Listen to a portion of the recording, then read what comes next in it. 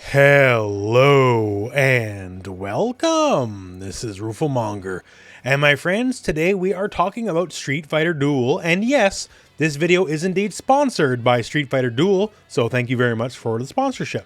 So we did originally take a look at Street Fighter Duel when the game came out, and I thought it'd be interesting to take another look now after some weeks have passed since initial launch. An issue with any mobile RPG is always, can it hold your attention long enough for you to play past the first few days, right? And for me, well, I kept playing, and events like this help. Right now, if you're unaware, there is a Monster Hunter event going on.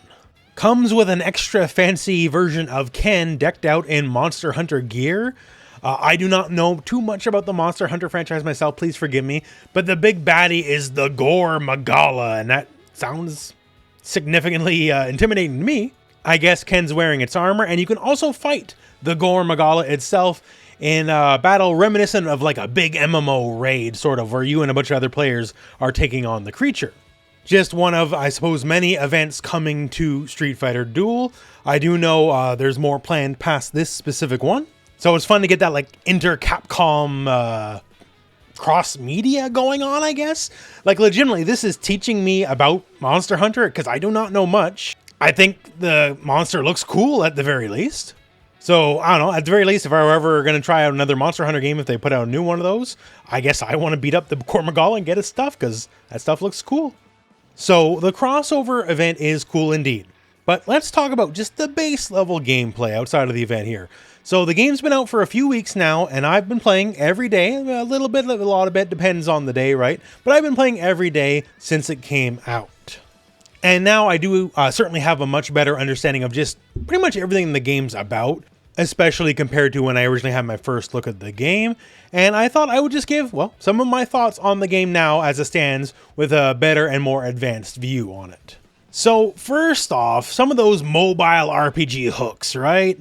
That endless, leveling up, trying to get the highest level possible characters. That's been pretty alright, honestly. Like, I feel it. I like upgrading my characters. Like, I'm trying to get my characters ranked up here. I have multiple S rank characters now, and I'm starting to get some SS rank people like Chun-Li. And of course, naturally, the ultimate end goal for me is to get my triple S rank T-Hawk. And now that I'm starting to get a wider variety of characters and getting them leveled up and getting them stronger and seeing what their movesets are really all about, I'm actually really starting to dig like the team building aspect of the game.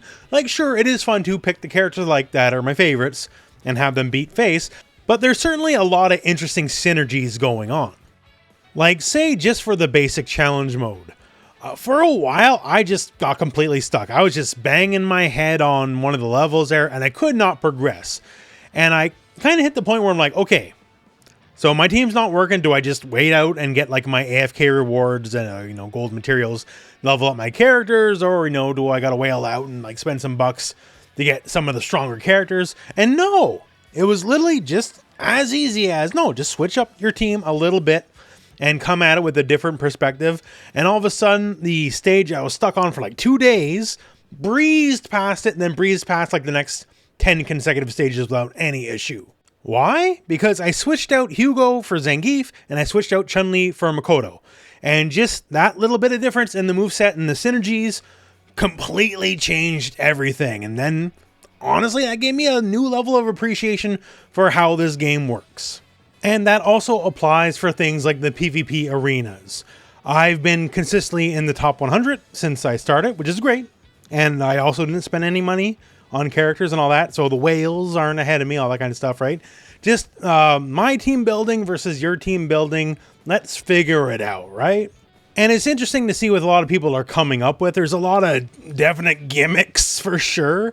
Either like straight assassination teams, like with the Capri and Guy, targeting people in the back rows, who normally, nominally, are safer in this game.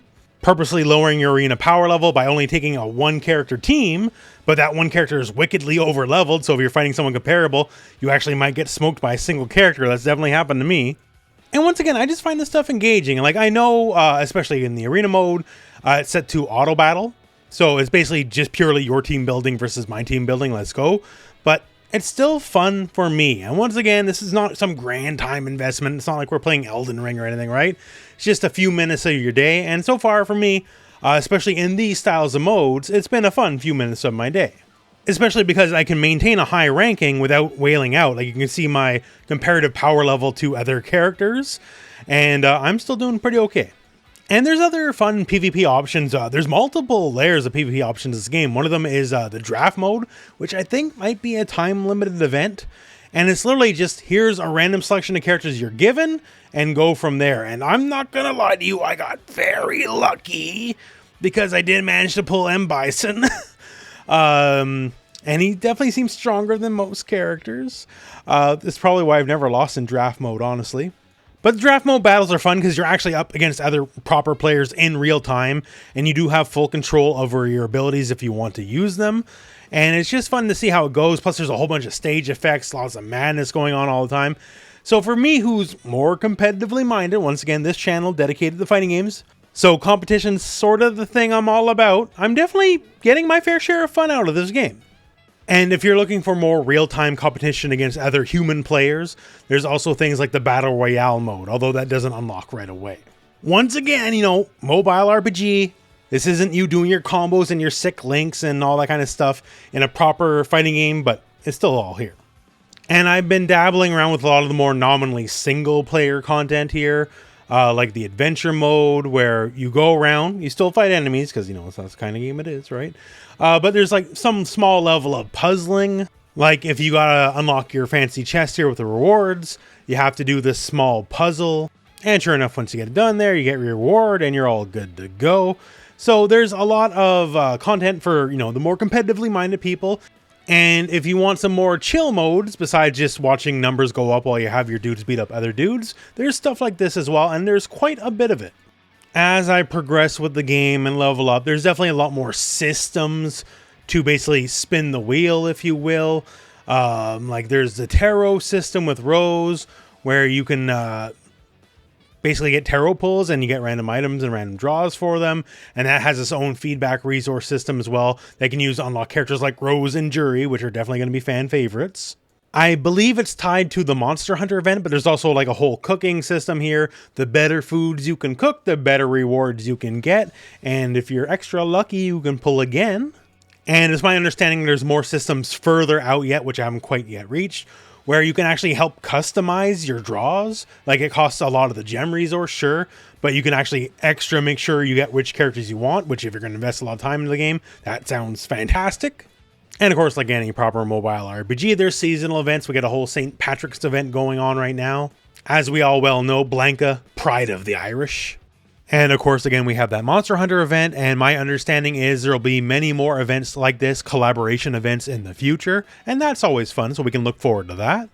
So, with all that said, basically my overall impression now, a few weeks in here, we've dumped some time into the game, is I like it. Is it reaching the emotional depths of something like God of War Ragnarok? No, of course not, but you know what? It doesn't need to be. It doesn't need to be.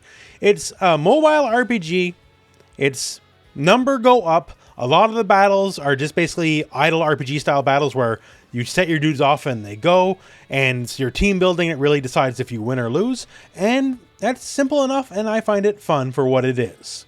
As someone who sits around and waits for a lot of capturing footage or video to process on YouTube and all that kind of stuff, I've actually found this game invaluable for me, not losing my mind staring at a screen waiting for a progress bar to go down. To do all the daily quests and all that, it only takes a few minutes each day, and if you want to put more time into it, you will be rewarded for that time invested. So for me personally, as someone who's not played a lot of mobile games over the years, for reference, the only games I ever put a lot of time into were Clash of Clans. I did play that for a few years, and then like guild drama happened and then everything imploded, and that's when I stopped playing. But I was actually really hardcore about it for quite some time. And I played a fair amount of Epic 7. Not a lot, but a good amount. So with those as my frame of reference, this game is fun. Once again, I do appreciate the fact that it is mostly an idle RPG. I can kind of set my guys off. Okay, they're going to do their thing. And I can do that in between things like filling out tags for a YouTube video. But overall, the biggest recommendation I can give for the game is it's been a few weeks since I've been playing, and I'm gonna keep playing it. It's simple, but it's fun. I dig it. So that all said, well, I guess we're at the end of the video. So thank you very much for watching. Hope this video has found you well, and go out and try some Street Fighter Duel.